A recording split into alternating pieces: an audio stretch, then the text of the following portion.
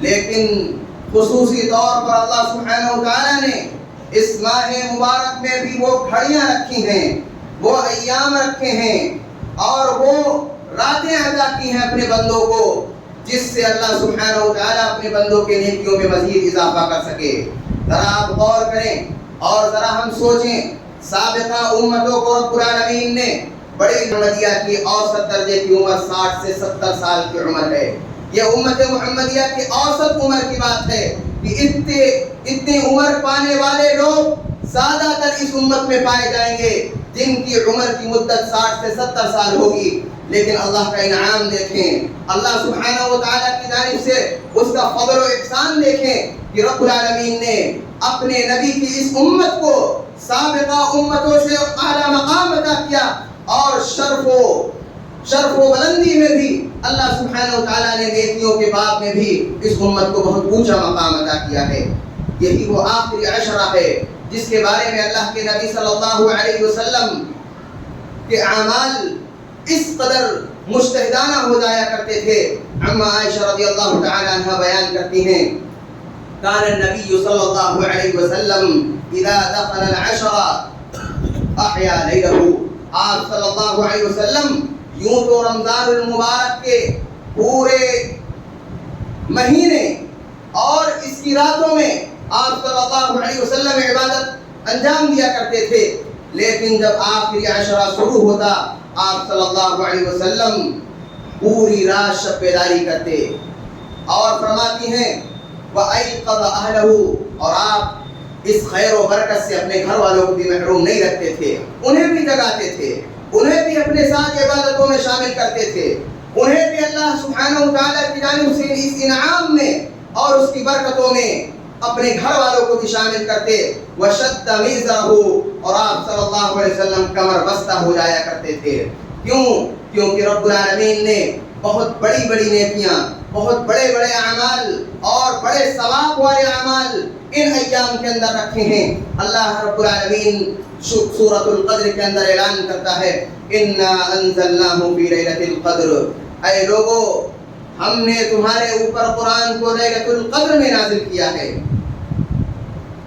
یہاں سوچنے کا مقام ہے، غور کرنے کی بات ہے۔ امت مسلمہ نے جس طریقے سے اللہ سبحانہ و تعالیٰ کے کلام کے ساتھ اور اللہ سبحانہ و تعالیٰ کے فرامین کے ساتھ تعویلات سے کام لیتی ہے، اور شریعت کے جو فضائل والے ایام ہیں ان ایام کی بھی تخفیف کرتی ہے۔ یہی نہیں بلکہ جس رات کو اللہ سبحانہ و تعالیٰ نے لیلۃ القدر بتلایا وہ رمضان المبارک میں آنے والی رات ہے، لیکن اہل اسلام نے اس سے پہلے نہ جانے کتنی راتوں میں انہوں نے لیلۃ القدر منائی ہے۔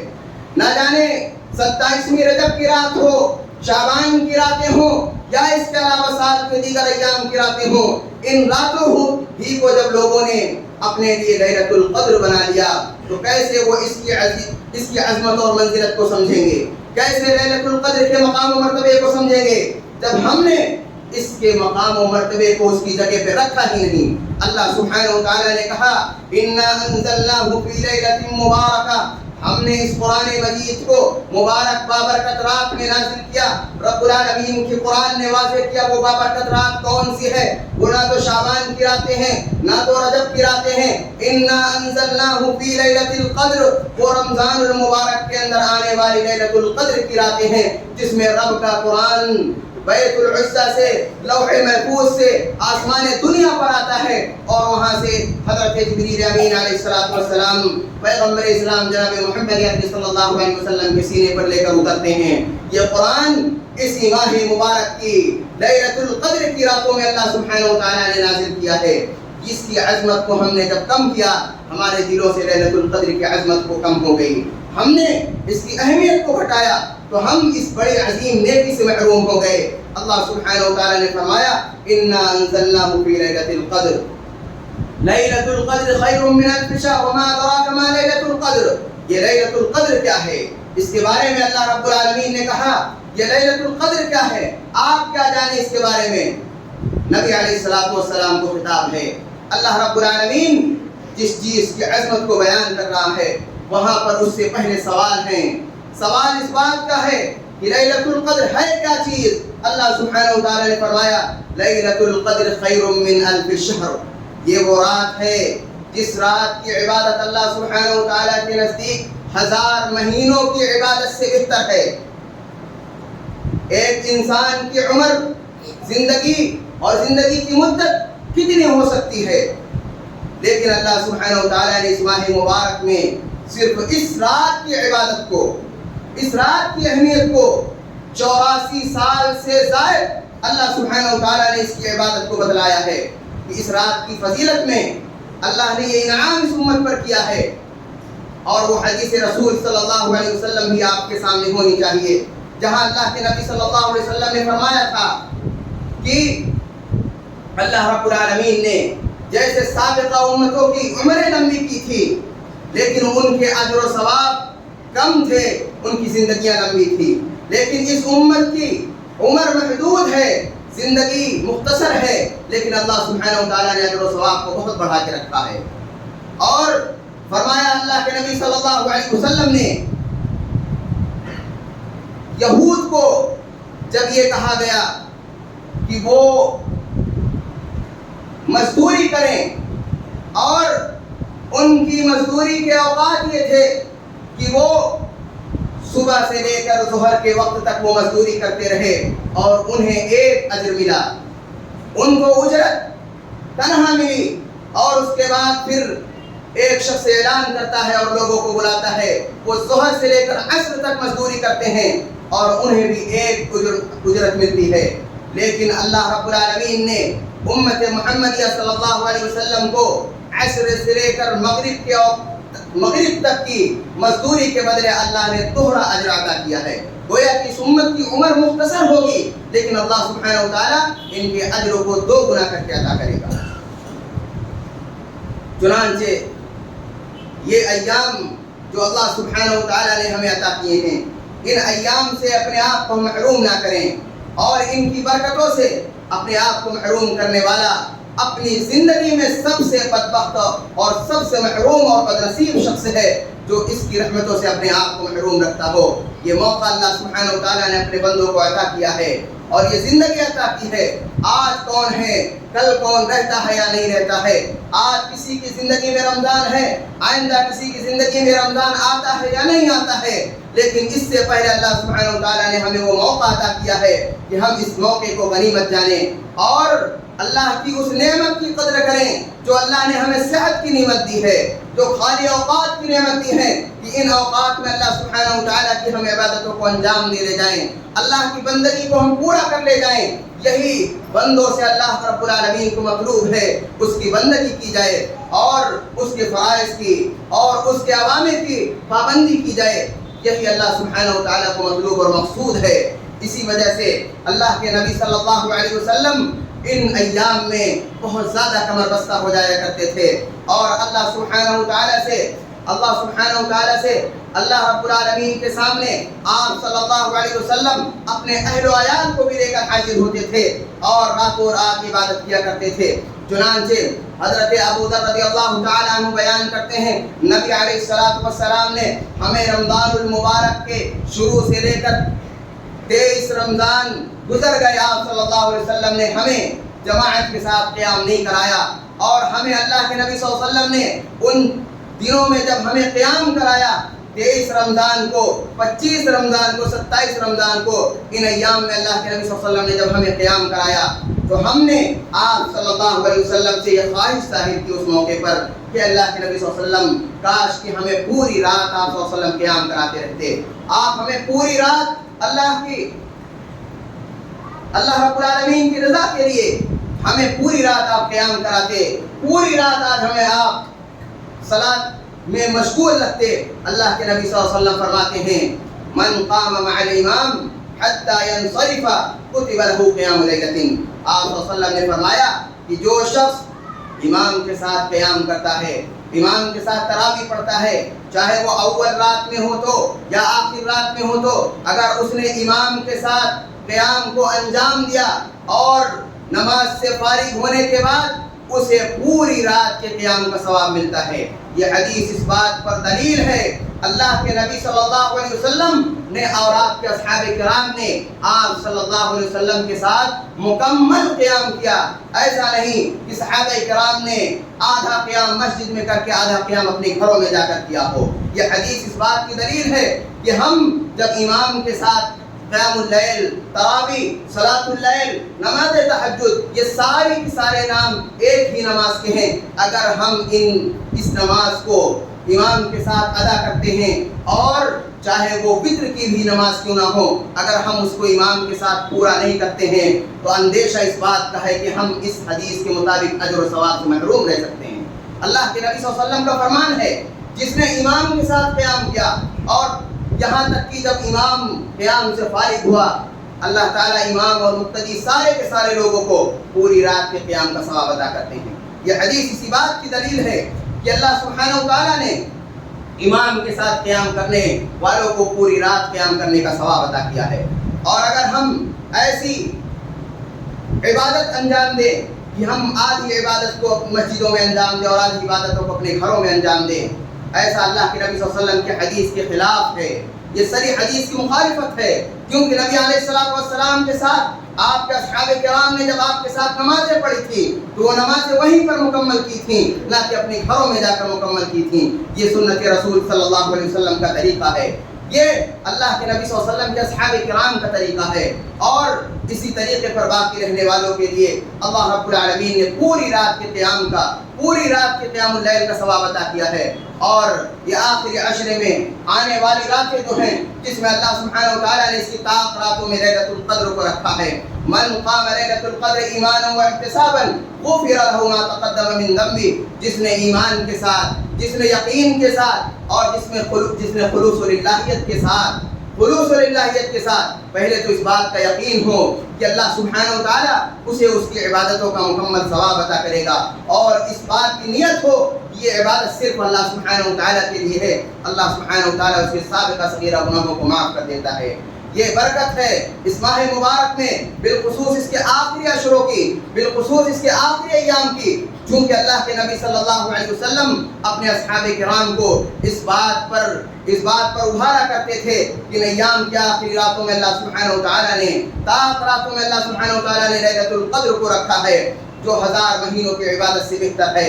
اور اسی طریقے سے انہی ایام میں اعتکاف جیسی معتم شان عبادت بھی ہے جو اللہ کے نبی صلی اللہ علیہ وسلم نے مدینے کے اندر سیام کے روزے کے فرض ہونے کے بعد آپ نے اپنی پوری زندگی اس عظیم الشان عبادت کو انجام دیا. اور اللہ کے نبی صلی اللہ علیہ وسلم نے اپنی زندگی کے آخری ایام میں اعتکاف کو 10 دن سے 20 دن تک انجام دیا.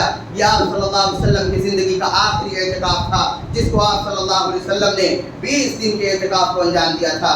یہ وہ محتم شان عبادت ہے جس کے بارے میں اللہ رب العالمین نے قرآن کریم میں احکام صیام کے باب میں اس عبادت کو بھی ذکر کیا ہے. وَعَاكِفُونَ بِالْمَسَاجِدِ، جو اللہ کے بندے مساجد میں اعتکاف کرنے والے ہیں. اس آیت سے پتہ یہی چلتا ہے کہ اعتکاف کا محل اور مقام مسجدیں ہیں، نہ کہ لوگوں کے اپنے گھر ہیں. گھروں میں اعتکاف کی کوئی مشروعیت نہیں ہے.